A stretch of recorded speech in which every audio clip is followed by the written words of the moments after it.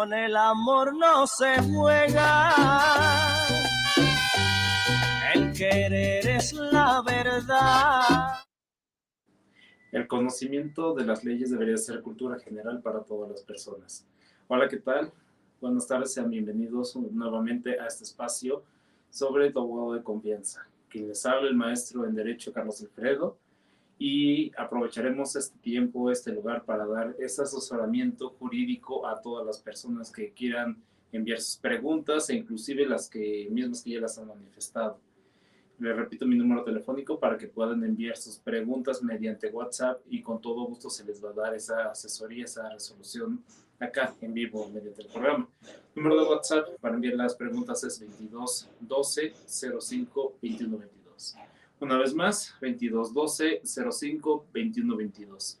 Y abriremos el programa con una cuestión, un preámbulo de los que ya habíamos mencionado el jueves pasado. Habíamos comentado que tocaríamos los temas de negligencia médica, de detenciones policiales. Sin embargo, es importante justamente porque hubo una manifestación de una de las personas que ya están viendo el programa y me dicen, oye, Lick, pero antes me gustaría saber qué onda con el sistema penal. En verdad, ¿sí están protegiendo al culpable o qué está sucediendo? Entonces vamos a dar un bosquejo, un panorama un poquito más claro antes de entrar a este tipo de temas, para que todos tengamos en cultura general este tipo de conocimientos. El sistema penal, hubo una reforma justamente para la protección de los derechos humanos en cuestión de las personas señaladas del delito. Como habíamos tocado a la semana anterior, el tema en el que pues, una persona no es culpable, sino que es inocente durante todo el proceso, hasta que haya una resolución. Un juez diga, es culpable y se le va a decretar tanto de sentencia. Sin embargo, aunque haya 100 testigos, cámaras de seguridad, hasta los policías lo hayan tenido, como lo conocemos, con las manos en la masa, aún así tiene que ser tratado como inocente. Esto parte de los tratados internacionales. Un tratado internacional no es más que un conjunto de leyes, si lo queremos ver así, que firma una comunidad internacional o ciertos países. Uno de los comparativos que podemos realizar es con la ONU. Todo el mundo conoce la ONU, la Organización de las Naciones Unidas. Pertenece a Estados Unidos, México, innumerables países del planeta prácticamente. Entonces no es la única organización que protege en este caso una comunidad internacional, sino por ejemplo que está la Corte Interamericana, que son puros países de Latinoamérica, como lo puede ser Brasil, Argentina, Chile, México. Entonces ellos tienen un conjunto de leyes que como son distintos estados o países como los conocemos, están de acuerdo de proteger ciertos derechos humanos. Justamente por eso ya en México no puede haber una pena de muerte a secuestradores y asesinos, porque uno de los elementos clave fue el abolir este tipo de conductas. Entonces no podemos haber un retroceso. Con eso parte el sistema penal acusatorio. Respeto a derechos humanos, porque anteriormente detenían a una persona, se decía, el que acaba de matar lleva playera azul, chamarra negra, con lentes. Si yo voy cerca en una calle y los policías me detienen, es me suben a la patrulla, me llevan a los famosos separos, lo que había temas anteriormente, tortura. Entonces el Ministerio Público era juez, jurado y verdugo anteriormente, donde decía declárate culpable. Ya después de esos tratos crueles, inhumanos y degradantes, era como decía ya no quiero que me sigan torturando, entonces me declaro culpable. Entonces el juez nada más daba como fe de que ya era culpable y me metían a prisión. Esto ahora cambió a un estado de garante para que todas las personas que están siendo señaladas, porque había muchos inocentes cometiendo este tipo de conductas de las autoridades y compurgando sentencias que no deberían de tener. Entonces, ese es el preámbulo del sistema penal acusatorio. Como ya les había mencionado, se divide en 3 etapas, inicial, intermedia y la de juicio oral. Con esto también podemos poner ejemplos de cómo funciona el sistema penal con una de las preguntas que justamente nos están llegando. Mi hermano es diabético y tiene problemas del corazón, pero está en el cerezo. En el último programa oí que lo puede dejar en libertad. Sí, por supuesto. Sin embargo, como habíamos comentado, una comunidad interamericana ya estableció que la prisión preventiva de manera oficiosa es ilegal. No sé qué delito haya cometido tu hermano o lo estén señalando, por ese delito. Si es, por ejemplo, robo calificado, pues si le dieron la prisión preventiva justificada, el Ministerio Público dice, tengo todos los elementos, demuestro que la única medida cautelar con la cual se puede llevar a cabo de manera fehaciente el proceso es mediante la prisión. Sin embargo, de caso contrario, si es, por ejemplo, un delito de homicidio, feminicidio, violación inclusive, ahí ya entraría dentro del catálogo de prisión preventiva oficiosa, es decir, ya ni siquiera se discute eso directamente con el juez. El Ministerio Público le dice, ¿sabes qué? Quiero que esté en medida cautelar de prisión preventiva oficiosa y es todo. El juez nada más lo avala esta solicitud y no se toca el tema. Eso es actualmente ya se tiene que empezar a abolir mediante reformas en las leyes internas del Estado mexicano, porque como ya habíamos comentado, la Corte Interamericana estableció que es ilegal por parte de México este tipo de legislación donde digan, ya te paso, se va a prisión, porque también es violatorio al debido proceso legal y a la presunción de inocencia, que se trata como inocente. Entonces, por supuesto, sí, dependiendo qué tipo de delito cometió, o bueno, lo estén señalando, reiteramos, qué tipo de delito le están acusando, cómo supuestamente lo cometió y también algo bastante importante, el grado de afectación, si hay algún señalamiento directo y qué tipo de prisión es, si la preventiva o es justificada. Ahora bien, si es a lo mejor justificada algún tipo de robo, podemos señalar otra, a lo mejor firma periódica. Me ha pasado regularmente con personas que están por incumplimiento de pensión alimenticia. Hay veces que a mis clientes, cuando los llegan a detener por incumplimiento de pensión alimenticia, es porque el proceso de alimentos no es importante, no afecta el proceso de alimentos el hecho que el papá, el que está siendo demandado, no esté durante el proceso. Es decir, a lo mejor la mamá tiene la custodia de los niños, presenta su demanda ante el juez de lo familiar, ya se fija un monto a la hora de notificar al papá que se presente para que presente sus pruebas. Regularmente llegan a jugar socio y dicen, no, no conozco el domicilio, simplemente no emplazan de manera correcta y el papá ni enterado que está siendo demandado por alimentos. Llega la mamá con los niños y el juez dice, ok, llegó la mamá, los niños, el papá no llegó, no le interesa y no les afecta en el proceso, él sigue llevándolo. Aunque no esté así, la mamá diga, no me ha pagado 10 años de alimentos, para el juez lo decreta como cierto porque el papá no se presentó. Regularmente cuando salen este tipo de notificaciones que ya se les estableció cierto monto en alimentos y por ende tiene que pagarlos y como no están ni enterados, obviamente no se va a hacer el pago como lo fijó el juez y ya hay temas de orden de aprehensión por incumplimiento de alimentos. Y la contraparte ni por enterado está que tiene una demanda de alimentos y por ende ni siquiera una ya una orden de aprehensión por incumplimiento. Se puede defender, por supuesto, inclusive hasta se puede quitar, disminuir los montos o hasta tocar el tema de cambio de guarda y custodia, es decir, no por el hecho de que sea la mamá, por el hecho de ser mujer, debe de tener a los niños. También el papá tiene ese derecho y lo puede pelear la guardia y custodia, lo que famosamente conocemos como patria potestad. Sin embargo, técnicamente hablando, es la guardia y custodia, el tener viviendo a los niños en el domicilio, ya sea en el del papá o el de la mamá, o sin embargo, cuando ellos todavía están en concubinato, es decir, que ya se juntaron o se casaron, que es contraer nupcias de manera compartida en el ámbito familiar.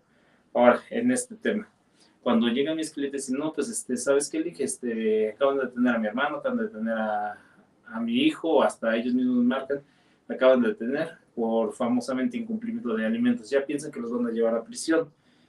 No es así, porque regularmente cuando el Ministerio Público, si las cantidades son grandes, por ejemplo, que ya le establecieron el retroactivo, y por retroactivo le están solicitando 250,000 pesos, 180,000 pesos, más o menos cantidades similares por todo ese tiempo, hay veces que el Ministerio Público le dice al juez, son cantidades grandes, se puede dar a la fuga a esa persona y por ende pido que se quede en el cerezo, que se quede como medida cautelar.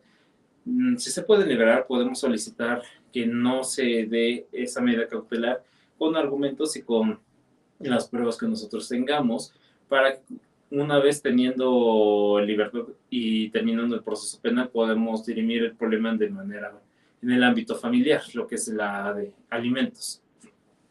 Entonces, en este sentido, pues no procedería la prisión de manera oficiosa, tendría que ser justificada y en esto tiene que ser muy minucioso esta solicitud.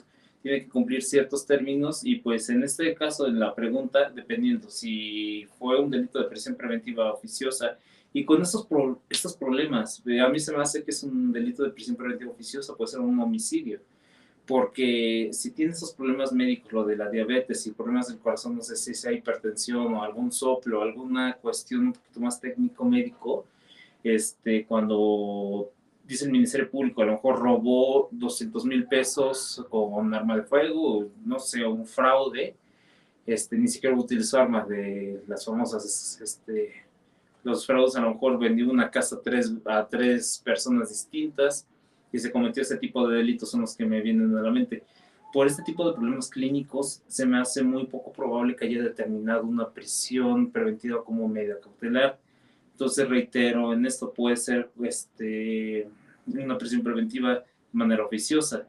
Me gustaría que nos dieran un poquito más detalles, claro, si no afecta a tu privacidad, con gusto para darte un asesoramiento un poquito más claro y saber cómo poder resolver este tipo de situaciones, pero por supuesto, en el anterior programa habíamos mencionado esto.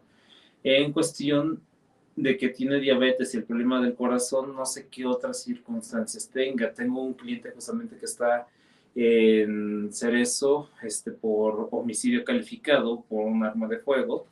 Sin embargo, tiene un problema, tuvo un accidente hace unos años, un problema en la cabeza, se cayó de un caballo y tiene riesgo de quedar en coma o inclusive un derrame cerebral por las condiciones en las que está viviendo. Estamos peleando justamente liberarlo, como me están solicitando acá información, por la cuestión de que por los problemas médicos no le están dando medicamentos pertinentes, ni los cuidados suficientes, ni un área inocua para llevar a cabo esta medida cautelar, puede perder la vida. Y por más que haya sido señalado por feminicidio, por un delito grave o hasta lo veamos impactante, la forma de comisión, a lo mejor que haya matado a una persona con sus propias manos, algo bastante bárbaro, tiene derechos humanos y debe de preservar la vida por su derecho fundamental, que es justamente, reitero, el derecho a la vida. Entonces, en este sentido, no significa que quede impune el delito. Significa que al menos se conserve la vida para el momento en el que el juez determine si de verdad cometió el delito que se le está acusando o es inocente de esos cargos. Entonces, es mediante, depende del tiempo, depende de los exámenes que tengamos. Por ejemplo, con esa persona, los familiares perdieron todo, las radiografías, es el historial clínico, y justamente nos estamos acercando porque es en el estado de Puebla donde lo atendieron a esta persona, para solicitar estos informes, el historial clínico médico, para ver si todavía tienen algún indicio, algún expediente guardado sobre el seguimiento de su situación clínica. Entonces, en este sentido, cuando nos los remitan a nosotros, ese historial, ahora sí podemos solicitar la audiencia de revisión de medida cautelar. Regularmente los jueces de control, los jueces de primera instancia del estado de Tlaxcala, son un poquito más cuidadosos en otorgar o no otorgar el cambio de medida cautelar en cuestión de prisión preventiva oficiosa.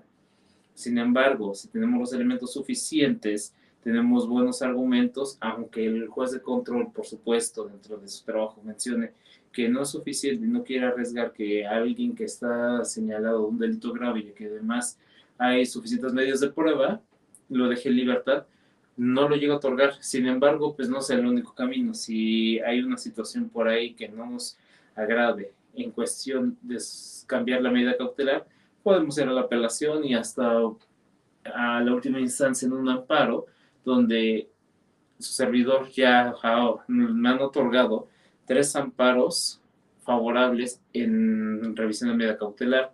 Nos los han cambiado justamente lo que habíamos tocado el tema de la semana pasada, con un dispositivo electrónico. Acá en Tlaxcala no lo tienen, en Ciudad de México, que fue una de las ciudades donde sí me lo otorgaron, sí lo tenía la fiscalía y es un dispositivo que luego se ven en las películas. Se establece en el tobillo de esta persona, del probable responsable del delito, de la conducta delictiva, y se otorga la prisión, el arresto domiciliario. En vez de estar adentro del cerezo, lo trasladan a su hogar donde tiene los cuidados suficientes, la pericia y un lugar inocuo que, por ejemplo, uno de ellos tenía problemas renales. Entonces se le construyó dentro de su domicilio un lugar estéril donde pudiera entrar uno de los familiares, por supuesto, un enfermero para que realice lo de la hemodiálisis que tenía y pues en ese momento ya sin problema, porque regularmente cuando tienen problema de riñones, de diálisis o hemodiálisis, se les tiene que dar ciertas horas en específico para hacer el drenado de ese tipo de sustancias y pues preservar la vida. De lo contrario, corre riesgo de inclusive la muerte de esta persona. Justamente por eso nos otorgaron el amparo y pudimos cambiarlo a un arresto domiciliario. Y por supuesto, cuando tenía consultas médicas, se le notificaba al juez y con auxilio de la policía municipal o inclusive estatal, si el hospital estaba un poquito más lejano, más que nada el que tuviera los medios adecuados para prevenir este tipo de situaciones médicas, tenía que hacer el traslado para evitar que se da la fuga a esa persona. Iba de su casa a su clínica, hacían las revisiones, hacían todos los movimientos médicos pertinentes, finalizaban y de manera inmediata a su domicilio. Entonces se llevó así su proceso, posteriormente se quedó en libertad porque justamente tuvimos pruebas suficientes y claro, lo que luego pasa en los procesos penales. Hay testigos, pero hay veces que no quieren testificar por el hecho de que dicen, no, van a haber represalias en mi contra, me van a conocer y quiero preservar la vida de mía y de mi familia, mi seguridad. Entonces también ese es otro tema muy importante. Les estamos dando acá seguridad jurídica en cuestión del programa de testigos protegidos, que rindan sus declaraciones en una habitación aparte donde no se les vea el rostro y su voz es distorsionada para que pueda rendir esa declaración los testigos y pueda haber un esclarecimiento de la conducta delictiva y con esto ver un panorama un poquito más amplio, más por supuesto, con más información por parte del juez o el tribunal de enjuiciamiento y pueda determinar una sentencia lo más firme y apegado a derecho posible, con todos estos elementos que se han presentado. Entonces, nos está llegando justamente otra pregunta. Esta no es en materia penal. Bueno, entonces, respondiendo a la primera pregunta antes de pasar a la segunda.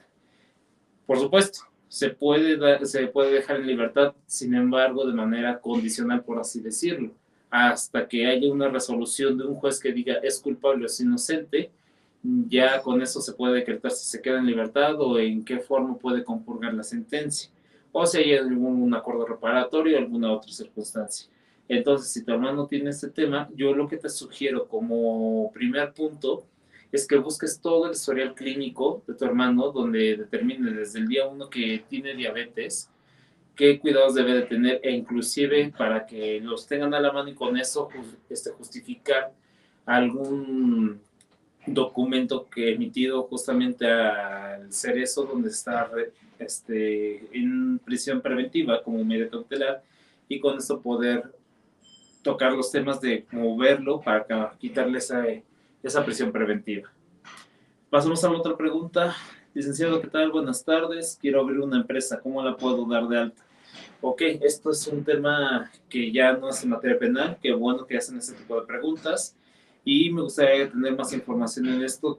¿Qué tipo de empresa es? Porque, por ejemplo, yo quiero abrir igual una empresa, pero pues es jurídica. Entonces ahí vamos a la primer vertiente. ¿Qué tipo de empresa? ¿Qué giro es?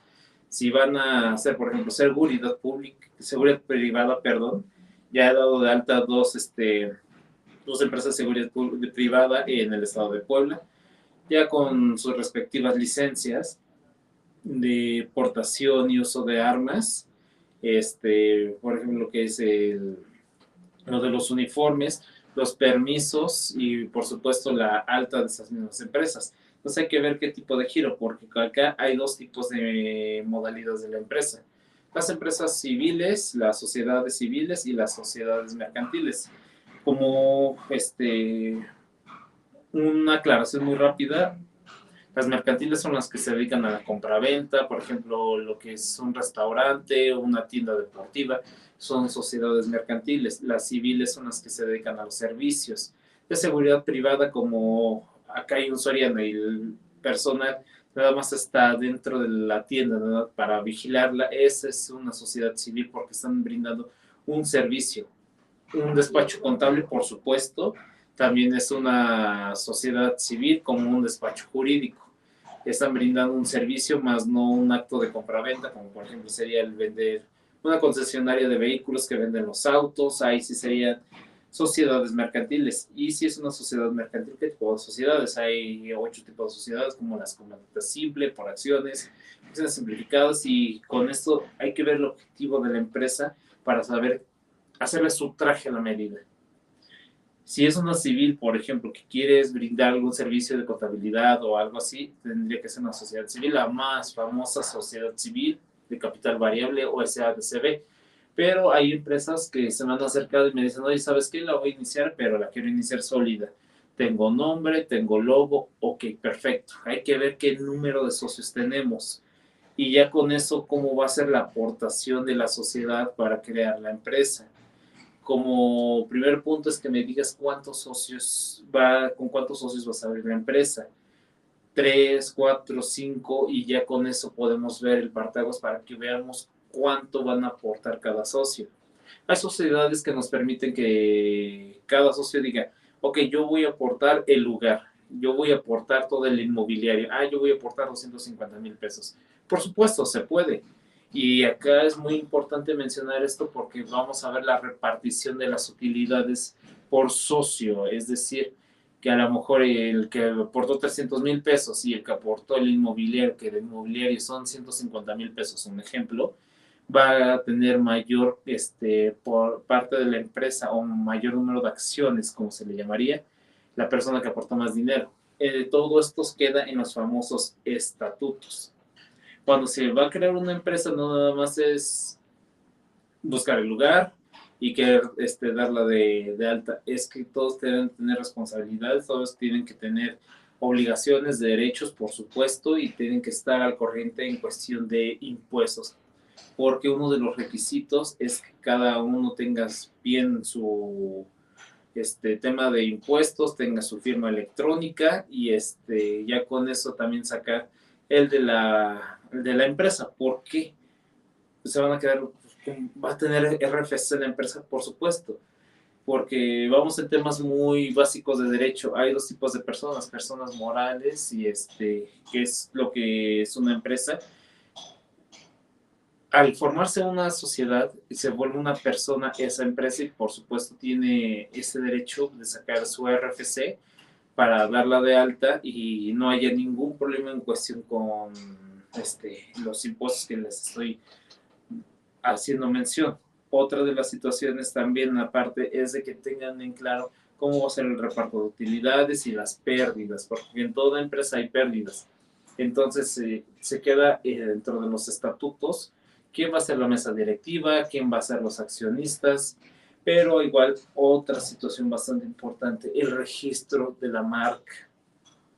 También les hacemos el traje a la medida porque regularmente dicen, no, pues yo ya tengo un logo, tengo un nombre, pero hay veces que se parecen a una marca ya dada de alta. Nos pasó justamente una empresa de vinos que la dimos de alta en el estado de Puebla. Ellos se iban a tener dos objetivos: el cultivo para la recolección y creación del vino, y la segunda, la venta, la importación y venta de sus botellas.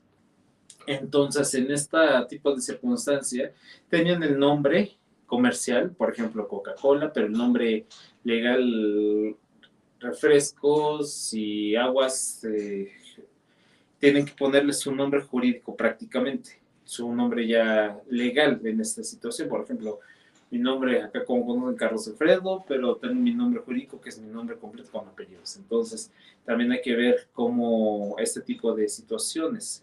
Ahora, esta empresa ya tenía su nombre jurídico, su nombre comercial, tenía su logo. Sin embargo, cuando queríamos darlo de alta, yo les comenté a los socios, ¿saben qué? Espérense, vamos a ver si no hay otra empresa similar, dicho y hecho.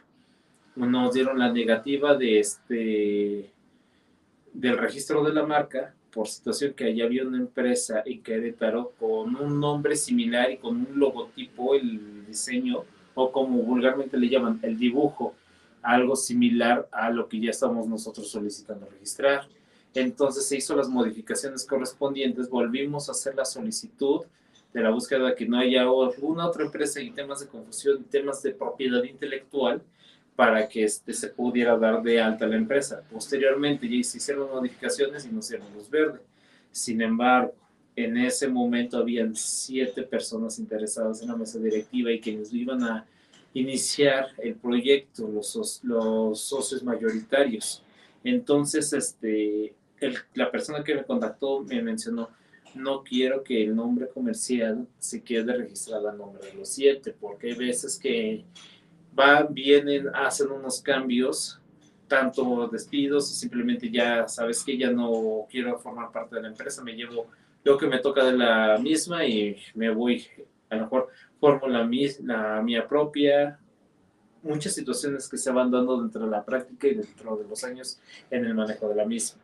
Entonces, saber cómo registramos el logo es algo importante porque quien lo inició, a lo mejor se van 6 de esos 7 o se van 3, 5, pero ese nombre sigue correspondiéndole a uno solo, con quien se patentó el registro. Entonces, con esta situación ya hicimos el registro a nombre de uno de ellos y cuando ya se estaban peleando por el tema del nombre, ya no hubo ese candado porque ya estaba la propiedad intelectual a favor de una sola persona. Entonces ya pueden cambiar de número de socios, se puede ir un socio, puede añadirse otro. Todo esto queda dentro de los estatutos. Yo regularmente les manejo paquetes a quienes las personas que quieren formar las empresas. ¿Por qué? Porque es un procedimiento bastante tedioso, bastante minucioso. Aparte de darlos de alta, hay que formar unos estatutos muy, muy precisos. A lo mejor pueden decir, pues voy a correduría y hay que me los hagan. No, hay que ver un traje a la medida justamente de la empresa para saber cómo se le redactan los estatutos y nada más los damos de alta prácticamente cuando ya los validamos.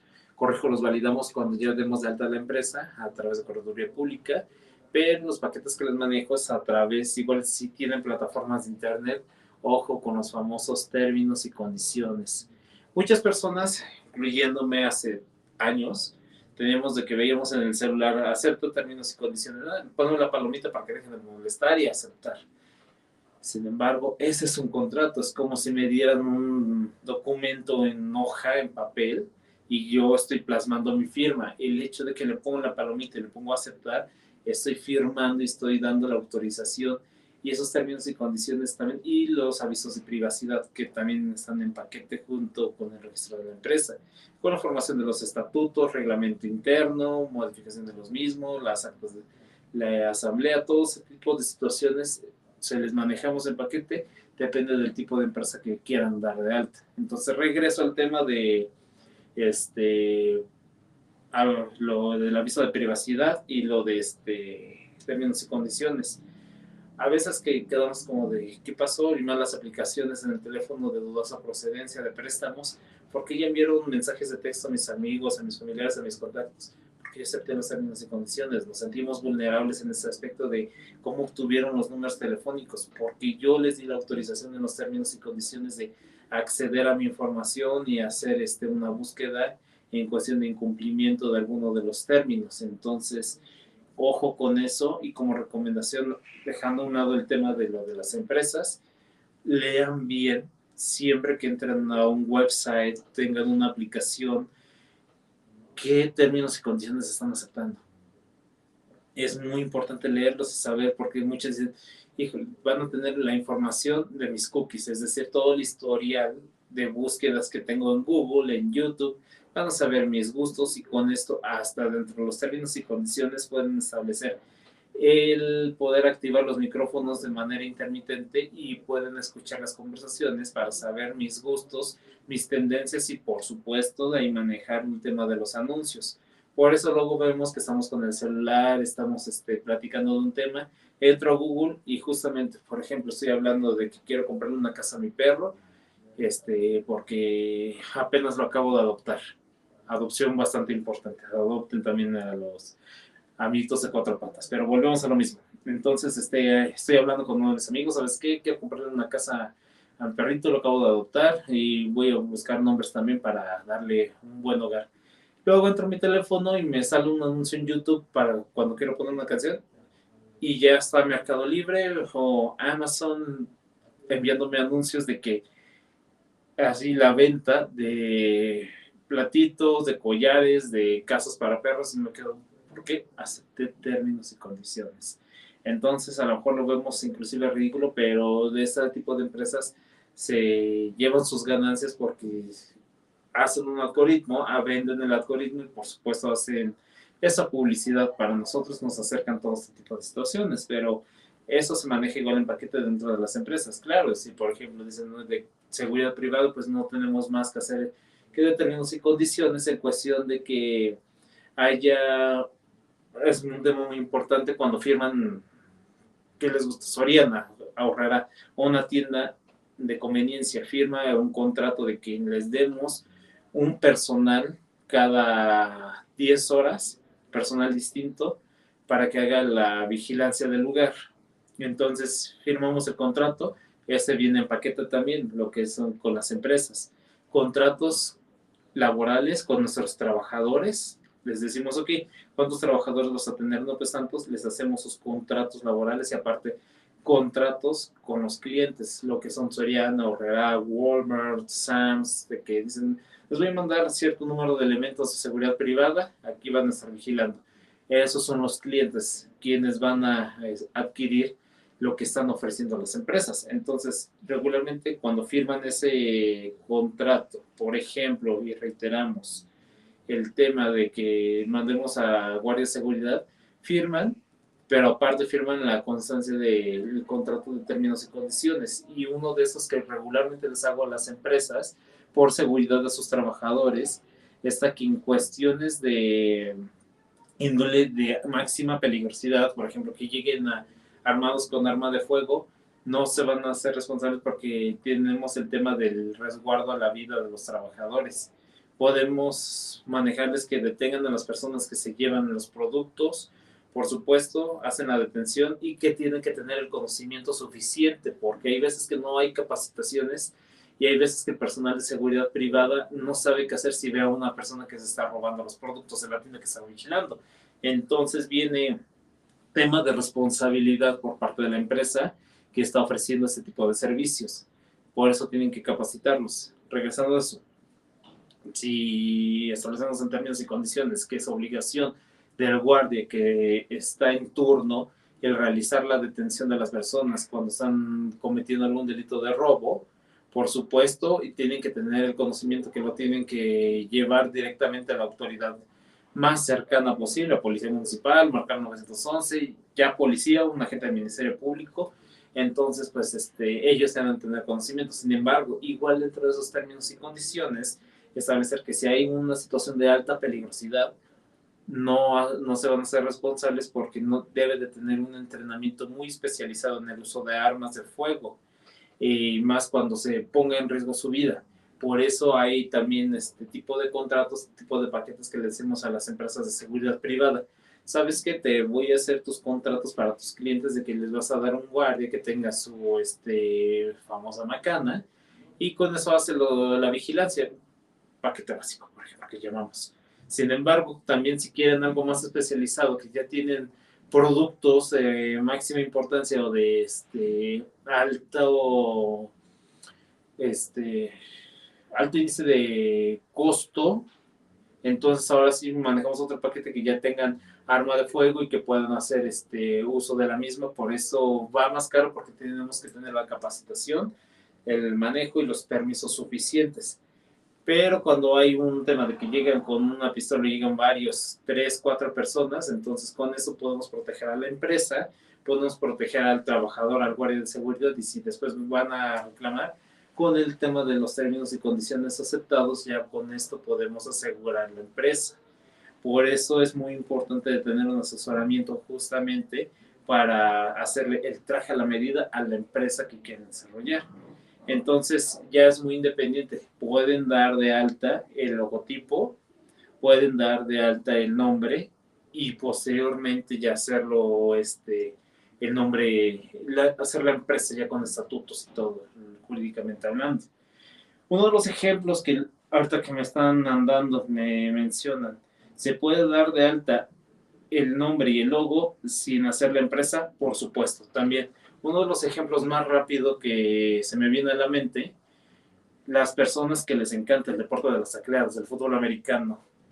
El famoso equipo de los Washington Redskins o Pieles Rojas de Washington cambiaron su nombre, dejando a un lado el tema de cultura, dejando un nombre, dejando a un lado el tema de fue correcto, fue incorrecto, fue políticamente correcto, ¿no? Fue inclusivo, ¿no? Hicieron de que cambiaron el nombre de Pieles Rojas o Redskins, lo quitaron por respeto a la cultura nativa en Estados Unidos. Entonces muchas personas registraron nombres y logos de distintos nombres, distintos logos que se les ocurrían que pudieron haber utilizado el equipo de Washington. Entonces, me parece que fue su página de internet y la de Commanders o Comandantes, que ya lo habían registrado sin hacer una empresa. Dieron de alta el logo y lo registraron a nombre de una persona, inclusive en la página de internet. Y cuando Washington dijo, ok, vamos a checar, nos gusta el nombre de Commanders o Comandantes. Entonces, a la hora de buscar si había otra empresa dedicada al deporte con la W de esa forma que se llamaba Commanders, vieron que sí, y pues ahí el tema de que les compraron los derechos, pero por supuesto se puede hacer la compra, perdón, se puede hacer el registro de un nombre, de un logo, sin la necesidad de iniciar con la empresa. Nada más es propiedad intelectual, se les respeta el hecho de que ellos fueron los inventores de ese nombre, de ese logo, y justamente si alguien quiere tener ese nombre, ese logo, ya viene temas privados de que si les vende, les renta los derechos y ya con eso se hacen los arreglos correspondientes, pero por supuesto, entonces ya de manera breve se puede realizar este tipo de acciones, se puede dar de alta la empresa, se puede dar de alta el nombre y el logo para que tenga el registro del precedente de que una persona fue quien inventó ese tipo de nombres y de logos. Muy bien, entonces dando resolución a estas dudas. Muy bien, nos llegó otra. Licenciado, detener a alguien. Oh, ok, licenciado, ¿puedo detener a alguien si estoy viendo que está robando?